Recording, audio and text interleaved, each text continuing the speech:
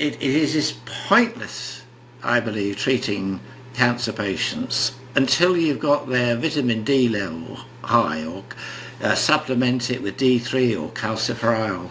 It is so important, and the literature is replete out. First spotted it with regards to immunotherapy. Why do some people fail and other people respond?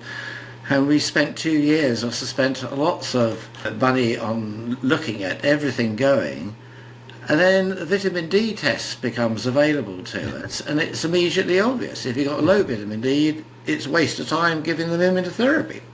And it revolutionised our treatment because we measured everybody's vitamin D before going on any treatment. We got it to a decent level.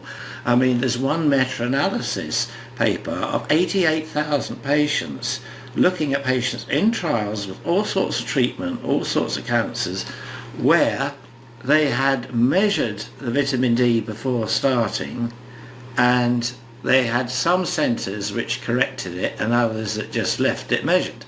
And the ones that corrected it had a 13% improvement in clinical outcome, whether it be chemotherapy, radiotherapy, mixtures of surgery, whatever it was. And to show you how important this is, that tamoxifen was the ER blocker for breast cancer, the world's first big blockbuster pharmaceutical, had an 8% improvement. So that really puts it into context how important this is. And you know, I mentioned that I'm just horrified. I get calls for people for a second opinion, why they haven't responded, and they've had very, very good treatment.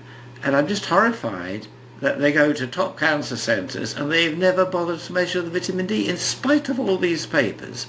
And I had a guy the other day, I measured his vitamin D, and basically they couldn't measure it. It was so low. So all we have to do to improve his outcome is to greatly improve that vitamin D. And I do find, and this is a problem of Big Pharma driving the process, the protocols. They're not interested in vitamin D, so it's not even mentioned in a lot of these protocols.